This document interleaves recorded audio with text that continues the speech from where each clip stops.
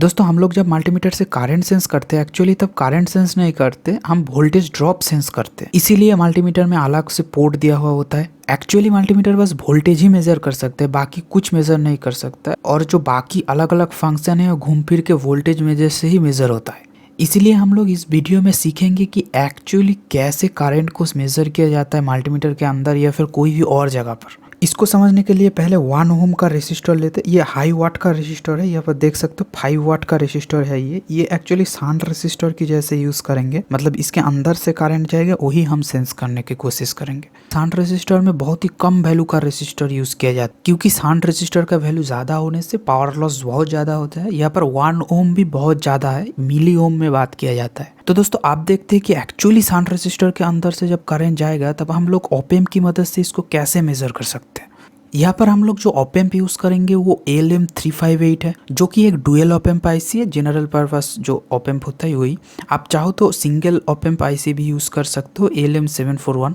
तो यहाँ पर आप LM358 का ब्लॉक डायग्राम देख सकते हो। यहाँ पर 2 ऑप एम्प आप देख रहे हो।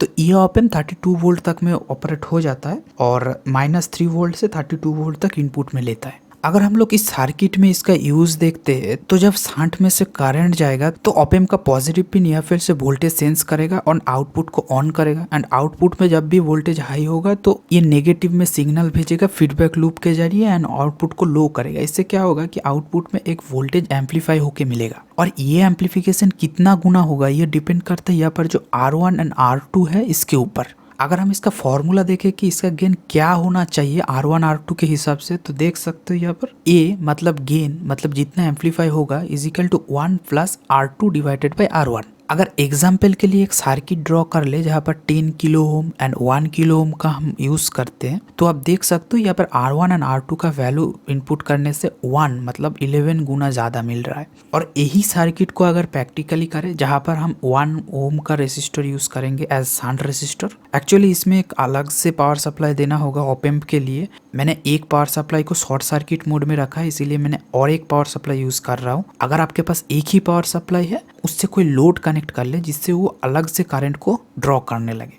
क्योंकि ये शॉर्ट सर्किट करंट है इसीलिए इसका वोल्टेज 1 होगा, इसीलिए मैंने अलग से पावर सप्लाई लिया। तो आप देख सकते हो यहाँ पर जो वोल्टेज ड्रॉप हो रहा है 0.66 वोल्ट के लिए ये ऑप एम्प आउटपुट में 8.134 दे रहा है। एंड अगर इसका करंट रेटिंग चेंज कर दे मतलब शॉर्ट सर्किट करंट चेंज कर दे तो वोल्टेज भी चेंज हो रहा है, मतलब ऑप एम्प का आउटपुट वोल्टेज भी सेम रेशियो में चेंज होगा। ओके, क्योंकि जब इसके अंदर से करंट जाता है तो आप देख सकते हो ये वोल्टेज ड्रॉप कर रहा है, इसीलिए करंट चेंज करने के साथ साथ इसका वोल्टेज ड्रॉप भी चेंज हो रहा है।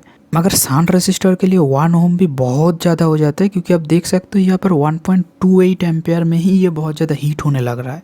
नॉर्मल से बहुत ज़्यादा ही हीट हो रहा है ये, जो कि सीधे सीधे पावर लॉस कर रहा है। यहाँ पर मैंने 10 मिली ओम का रेसिस्टर यूज़ किया एंड 1.28 एम्पियर में ओनली 10 मिली वोल्ट ड्रॉप कर रहा है, जिससे पावर लॉस भी बहुत ही कम होता है। बोल सकते हो नेग्लिजिबल है, मतलब कुछ भी नहीं है। और ये कम वोल्टेज को ही हम लोगों को ऑप एम्प की मदद से एम्पलीफाई करना है जिससे हम इसको मेजर कर सके। एक्चुअली क्या है, रेसिस्टर के अंदर से करंट जाने से ही वोल्टेज ड्रॉप होता है, जो कि V = IR ओम्स लॉ के हिसाब से होता है। इसीलिए करंट ज्यादा जाने से वोल्टेज ड्रॉप ज्यादा होता है। यहाँ पर बस R की वैल्यू फिक्स्ड होना चाहिए, मतलब शंट रेसिस्टर का वैल्यू फिक्स्ड होना चाहिए। और इस डायग्राम के हिसाब से आप रेसिस्टर का वैल्यू सिलेक्शन कर सकते हो, कुछ भी हो सकता है। बस आपको ये ध्यान रखना है कि ये ऑप एम्प का पिन नैनो एम्पियर में करंट ड्रॉ करता है। तो जितना भी चाहो आप हाई ओम का रेसिस्टर लगा सकते, बट ध्यान रखना कि नैनो एम्पियर में लगभग करंट जाना चाहिए। उससे ज्यादा जाए तो कोई बात नहीं, बट उससे कम नहीं जाना चाहिए। एक्चुअली ये सर्किट हर एक जगह पर यूज होता है, प्रोटेक्शन सिस्टम हो जाए, BMS में हो जाए। एक्चुअली मैंने ये जो रेसिस्टर है ये BMS से ही लिया। ये शंट रेसिस्टर ये पार्टिकुलरली डिजाइन किया गया है शंट रेसिस्टर के लिए। इसका थिकनेस भी आप देख सकते हो।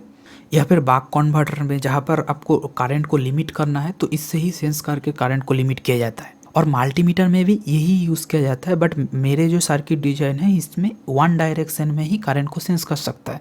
बट अब देखते होंगे कि मल्टीमीटर में 2 डायरेक्शन में करंट को सेंस करता है। वो कैसे होता है अगर आपको जानना है तो मेरे कमेंट कीजिए, मैं उसके लिए एक अलग से वीडियो बना दूंगा। जनरली आपका बहुत सारे काम 1 डायरेक्शन में ही हो जाएगा।